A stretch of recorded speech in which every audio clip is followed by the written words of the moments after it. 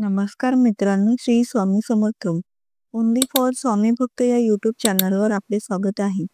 तर आज आपण बघूया शिवपुराणानुसार श्रावणातील महादेवाचे उपाय. चला तर मग व्हिडिओला सुरुवात करूया. 1. महादेवाला तांदूळ अर्पण केल्याने धनप्राप्ती होते. 2. तीळ अर्पण केल्याने पापांचा नाश होतो. 3. जवस अर्पण केल्याने सुखांमध्ये वृद्धी होते. 4.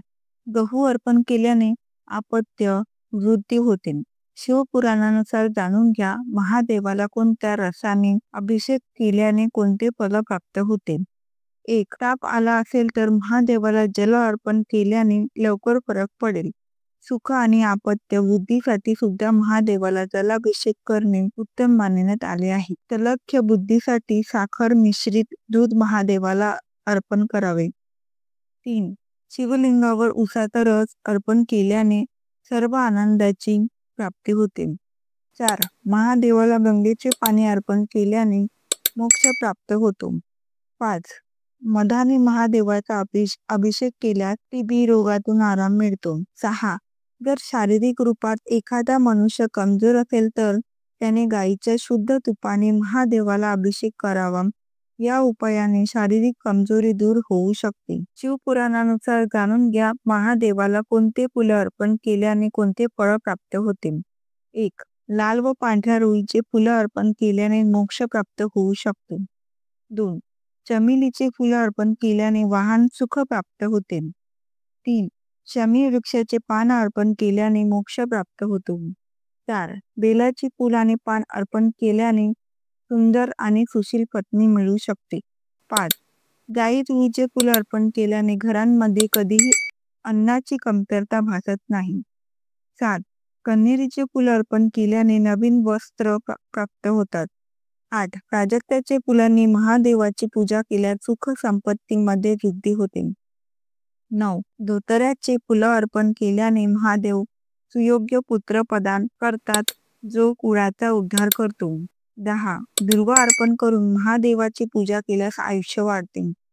आता बघूया कोणत्या उपायांनी प्रसन्न होतात महादेव.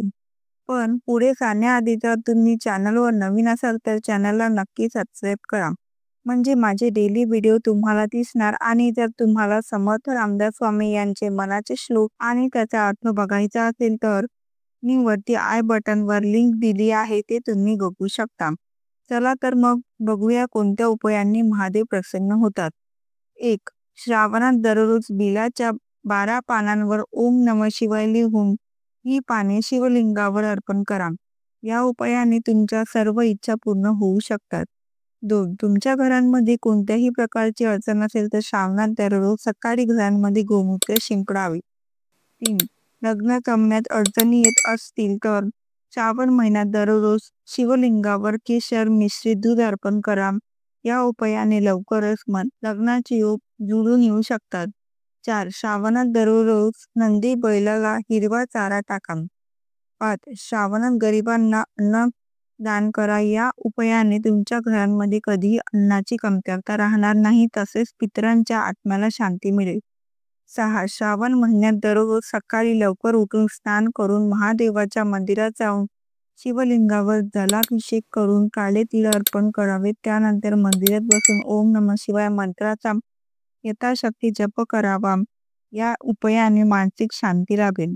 4. श्रावणात एखाद्या नंदी किंवा तलावातील माशांना पिठाच्या गोळा तयार करून खाऊ घालाव्यात. हा धनप्राप्तीचा सोपा उपाय आहे उत्पन्न वाढीसाठी. तर असे काही शिवपुराणानुसार श्रावणातले महादेवाचे उपाय आहेत. व्हिडिओ आवडल्यास व्हिडिओला लाईक, शेअर आणि सबस्क्राईब करा. धन्यवाद. श्री स्वामी समर्थ. जय जय स्वामी समर्थ.